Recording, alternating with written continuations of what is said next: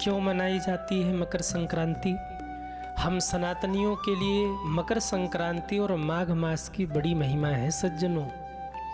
जब सूर्य धनु राशि को छोड़ करके मकर राशि में प्रवेश करते हैं तो हम सभी लोग मकर संक्रांति का उत्सव मनाते हैं। ये मकर संक्रांति का पर्व न केवल सूर्य देव के मकर राशि में प्रवेश करने का उत्सव है, बल्कि यह आध्यात्मिक शुद्धि और भाग्य परिवर्तन का भी एक महायोग है सज्जनों। इस मकर संक्रांति के दिन तिल दान की विशेष महिमा है। जो लोग भी मकर संक्रांति के दिन तिल का दान करते हैं ना, उनको स्वर्ण दान के बराबर का फल प्राप्त होता है। इसलिए मकर संक्रांति के दिन आप लोग तिल दान अवश्य करिए। मकर संक्रांति के दिन ये कुछ उपाय करके जो मैं बता रहा हूँ, ये उपाय करके आप अपने भाग्य को बदल सकते हैं। सबसे पहले आप ये समझ लीजिए कि मकर संक्रांति पर तिल दान की इतनी क्यों महिमा है।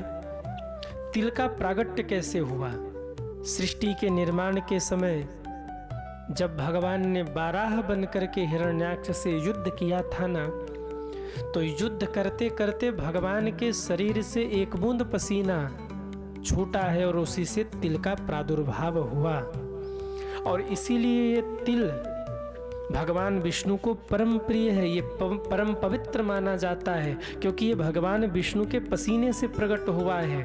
इस तिल के प्रयोग से, उपयोग से व्यक्ति के जीवन के सभी प्रकार के कष्टों का और दरिद्रता का जड़ से नाश हो सकता है अगर आप इस तिल का प्रयोग करते हैं। क्या करना है, किस प्रकार से इस तिल का प्रयोग करना है मकर संक्रांति पर? मकर संक्रांति के अवसर पर जिस समय सूर्य मकर राशि में प्रवेश कर रहे हो ना, आप उस समय थोड़ा सा तिल अपने इष्ट देव को अर्पित करिए। थोड़ा सा तिल आप स्वयं ग्रहण करिए और थोड़े से तिल का आप दान करिए। अगर आप उस समय तिल का दान नहीं कर पा रहे हैं तो आप तिल के दान का संकल्प ले लीजिए और कुछ देर बाद जब भी आपको कोई मिले आप उसको तिल का दान कर दीजिए, किसी ज़रूरतमंद को। इस दिन जल में तिल डाल करके स्नान करने से दुख और दरिद्रता से मुक्ति मिलती है। इस मुहूर्त में अपने इष्ट देव के ऊपर तिल अर्पित करने से और तिल के दान करने से शनि, राहु, केतु के अशुभ प्रभाव से आपको मुक्ति मिल सकती है। घर में बरकत आती है, सुख संपत्ति आती है, लक्ष्मी माँ की कृपा होती है अगर आप मकर संक्रांति के दिन तिल और गुड़ का दान करते हैं। यदि कोई व्यक्ति शनि दोष से परेशान है, यदि किसी को शनि देवता परेशान कर रहे हैं, तो उसको चाहिए कि मकर संक्रांति के दिन एक तिल के तेल का दिया आप श्री हनुमान जी के चरणों में और एक तिल के तेल का दिया आप पीपल के वृक्ष के नीचे जलाइए।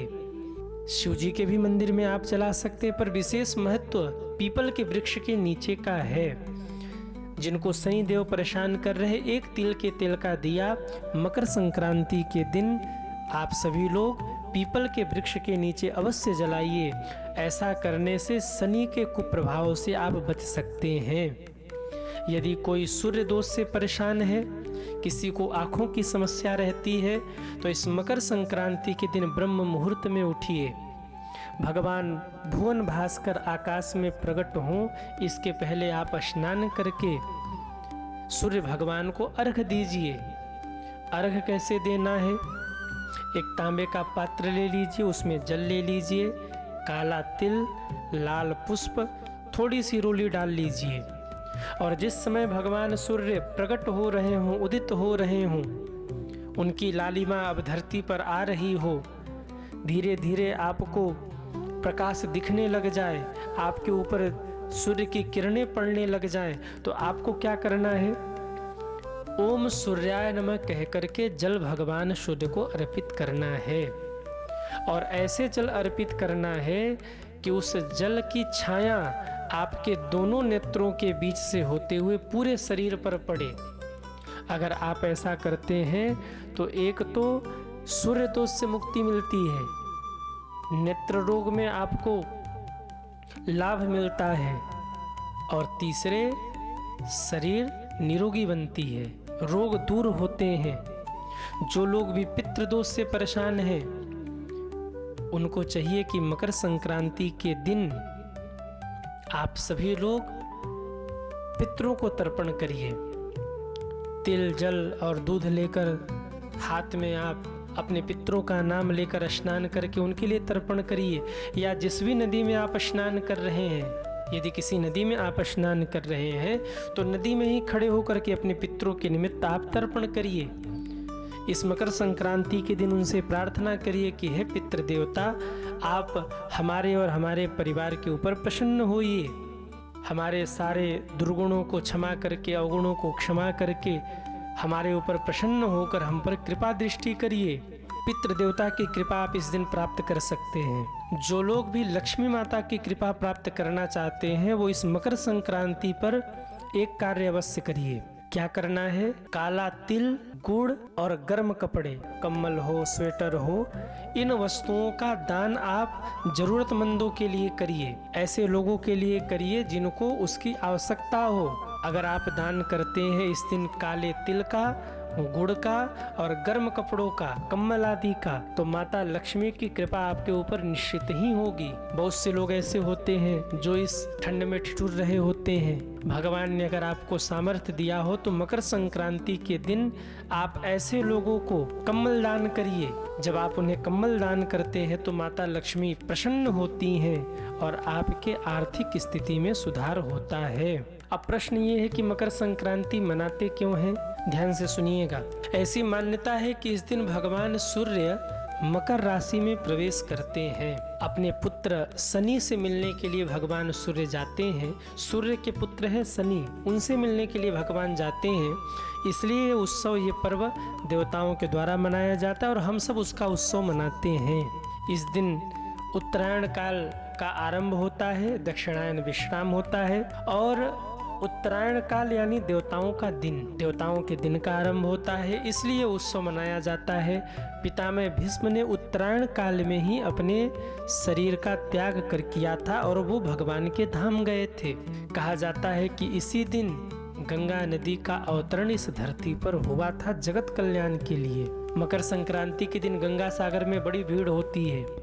लाखों लाखों भक्त जाकर के गंगा स्नान करते हैं और महाराज गंगा सागर में कपिल भगवान का दर्शन करते हैं, गंगा सागर को प्रणाम करते हैं। ऐसी मान्यता है इसी दिन गंगा जी धरती पर प्रकट हुई थी। इस दिन भगवान सूर्य अपने पुत्र शनि देव से मिलने के लिए जाते हैं, इसलिए ये मकर संक्रांति का पर्व मनाया जाता है। खिचड़ी क्यों खाते हैं मकर संक्रांति पर? देखिए, खिचड़ी में अनेक गुण हैं। खिचड़ी ऊर्जा को बढ़ाता है, खिचड़ी का भोजन सुपाच्य होता है। ठंडी के दिनों में क्या है कि जठराग्नि थोड़ी कमजोर हो जाती है, जब बहुत ठंडी हो तो ऐसे समय में जब हम संक्रांति के दिन खिचड़ी खाते हैं ना, तो शरीर की ऊर्जा भी बढ़ती है, वो सुपाच्य भी होता है। इसलिए खिचड़ी खाने की महिमा है, दान करने की महिमा है। आध्यात्मिक कारण भी इसके अनेक हैं सज्जनों। पर एक बात तो आप मानिएगा कि हमारे सनातन धर्म जैसा वैज्ञानिक धर्म कोई और नहीं है। विज्ञान कुछ भी कहे पर सनातन धर्म आज भी विज्ञान से बहुत आगे है। मैंने अभी एक महात्मा से पूछा था कि इस मकर संक्रांति पर, खिचड़ी के उत्सव पर बच्चे पतंग क्यों उड़ाते हैं, तो उन्होंने मुस्कुराते हुए बड़े प्रेम से संवाद किया और बड़ा प्यारा उन्होंने उत्तर दिया। जो चर्चा हुई, जो निष्कर्ष निकला वो ये निकला कि ठंडी के दिनों में शरीर में कई रोग आ जाते हैं। ठंडी बहुत है, धूप लग नहीं रहा है, तो ऐसे समय में ठंड अधिक होने के कारण हमारे शरीर में अनेक रोग प्रवेश हो जाते हैं, हमारा शरीर अनेक रोगों से ग्रसित हो जाता है। जैसे शरद पूर्णिमा की रात्रि में चंद्रमा की किरणों में अमृत का वास होता है, ऐसे ही मकर संक्रांति के दिन सूर्य के किरणों में औषधीय गुण होता है।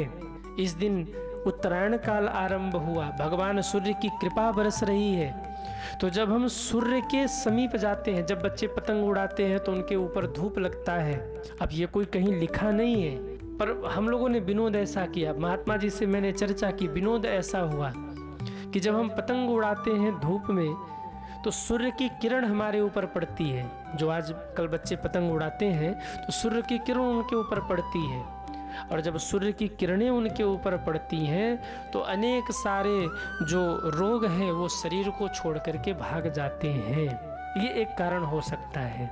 हमारे यहाँ के खेलों में भी एक विज्ञान है। राम जी भी खेलते थे, कन्हैया भी खेलते थे, लेकिन पहले के खेल में और आज के खेल में थोड़ा अंतर है। पहले के बच्चे क्रिकेट खेलते थे, फुटबॉल खेलते थे, हॉकी खेलते थे, कुश्ती खेलते थे, दौड़ने जाते थे सुबह उठ करके। आजकल के बच्चे मोबाइल में पबजी खेलते हैं।